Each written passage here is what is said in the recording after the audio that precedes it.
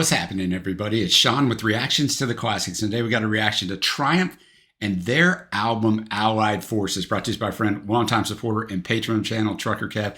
Thanks, Trucker Kev. Appreciate you. Appreciate all the patrons who make this thing go. If you'd like to support us in any way, check out that Patreon link below or the Patreon link on the end screen. We couldn't do it without them. Having a free trial, go over there, check it out. All right, the only Triumph we have up on the channel is a song battle of two songs from this album, but we did it in June of 2020, so I don't remember any of it. So that's my exposure to Triumph. So this is gonna be good for them. I've heard them mentioned at different times over the years. They were never huge in the U.S. or anything like that.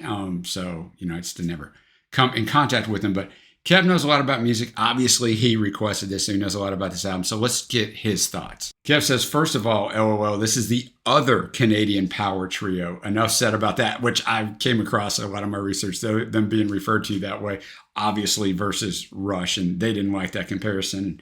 I get that. He said, Triumph, three guys and another one of those bands with a drummer with vocal powerhouses. Actually, all three are great vocalists, Rick, Gil, and Mike. They established themselves early on the hard rock scene, coming straight out of the Toronto area. They really got their footing going with the Rock and Roll Machine album. They gathered a very strong fan base around and just kept on rolling through the 80s really good into the digital age. This is probably their most well-known album and favorite album for fans and casual fans. I think that's for sure from my research. It does contain the famous Magic Power, the great Rick Emmett written tune. Was it AM radio, FM radio, still heard to this day on many a radio station airplay lists, and especially on FM radio, the now classic Fight the Good Fight. And Say Goodbye also gets a lot of FM radio play, not on your classic rock stations, but more independent rock stations. It's a very, very good hard rocking album. I guess I should also add to this, Ordinary Man is just fantastic, the way that it builds up and goes through just a well-crafted song.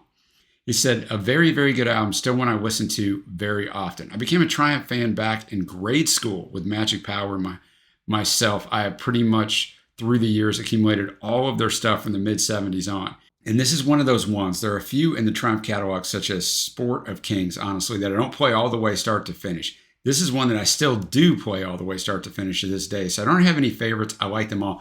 Kev rates it a 9.0, says it's his favorite Triumph album, although through the years, as I've gotten older, there's a couple that are creeping up that came before this that I'm really liking more and more. And listening with fresh ears, my number 1 and 2 could easily change any day. I got bands that are that way for me.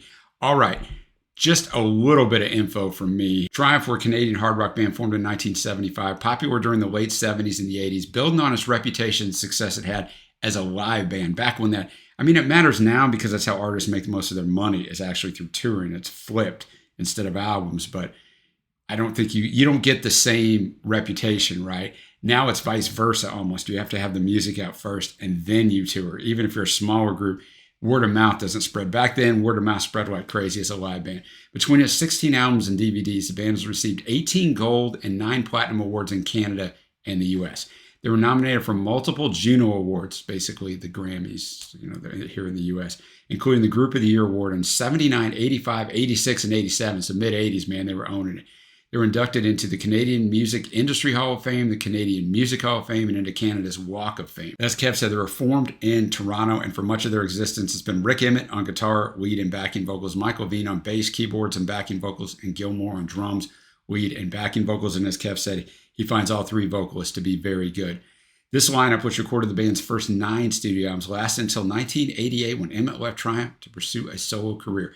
This album, Allied Forces, their 5th studio album, 20 released in 1981, 23 in the US, 13 in Canada, 64 in the UK. So had success, but that's not great success, right? In order to get to the point of making this album, it took what bassist, keyboardist, and producer Michael Levine called a potential, quote, career killer of an album. Rush recorded to satisfy unrealistic record company release deadlines, which were huge back then. It was like, hurry up. 1980's Progressions of Power was a commercial and critical disappointment, losing Triumph momentum, but making Levine, or Levine, I think it's Levine, you can say it either way, singer and guitarist Rick Emmett and drummer and singer Gilmore realized they had to do better on Allied Forces. Speaking to Classic Rock Revisited in 2011, Levine recalled that we had no time to make Progressions of Power. We were told we had to have an album out by such and such a date or else.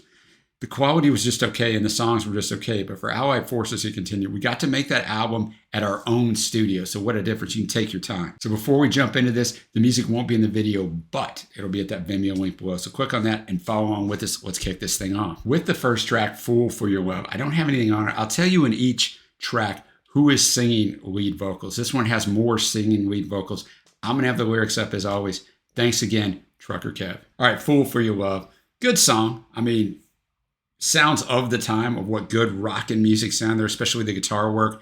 Guitar work is the 80s, morphs on towards later 80s. You're going to get a lot more of a lot different sort of guitar work as it morphs into something else. But I really enjoyed this type of guitar work, this true hard rocking. So good song. Next up, we got Magic Power. Single went to 8 on the US mainstream rock chart. According to Mike, again, he said we recorded that song 4 or 5 times. It was too poppy, so to speak. It had the Triumph signatures in it, but not enough of them. We were really struggling. Finally, somebody said, if we were The Who, how would we record this song? The Who had a lot of pop hits, but you still knew it was The Who. We knew we had to find a way to record this song and not make it so sappy. We slugged our way through it one day. The magic was there, and I was like, that's the one. So this is the one that we had in a song battle, but I mean, I don't remember it. And even though it's one of the most popular songs, it still only has a 2.7 million streams, but let's get after it. All right, Magic Power. Great song about what else? Why are you here? The power of music, right? It unites us all. And he's talking about, he's like, do you want somebody to tell you what it's about, or would you rather? I mean, I guess that's why you're here. I'm going to give my guess of what it's about. You might be going, this dude is wrong, but I don't think I'm wrong on this song. Really good song. I don't remember it from reacting to it almost, I guess, over 4.5 years ago.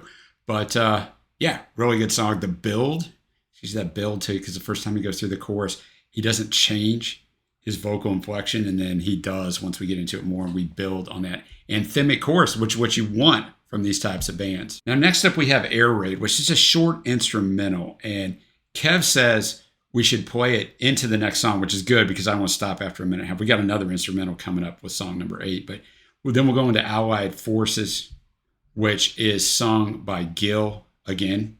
Rick was on the last song. So that one was the lead single, Allied Forces was, but did not chart. So we'll just flow from one to the other. All right, Gil giving a great vocal performance, but the real stuff was Rick's guitar on this, right? All the instrumentation was on point. This is the best showcase of their musicianship of any of the songs. It's probably not my favorite. In the story of the song, the Allied Forces are their fans, or the rock fans coming over, because it was a very good segue. It's what Kevin said from Air Raid to this, because Air Raid were the Air Raid Sirens into Allied Forces, so it goes together, kind of a clever little way they put that together. But, as a child growing up in the 80s, and I was born in 1971, the threat of war was very real. Like us getting into a huge war, us here in the United States, I know people watch this from all over the world. It's a very real thing.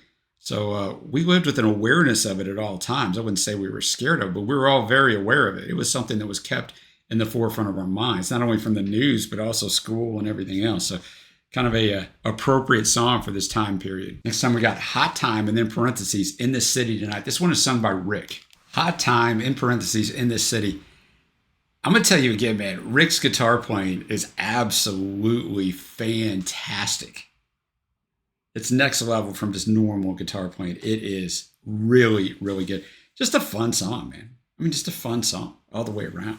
Now we come up to the other song that was in the song battle that Trey and I did 4.5 years ago. Magic Power was the first song.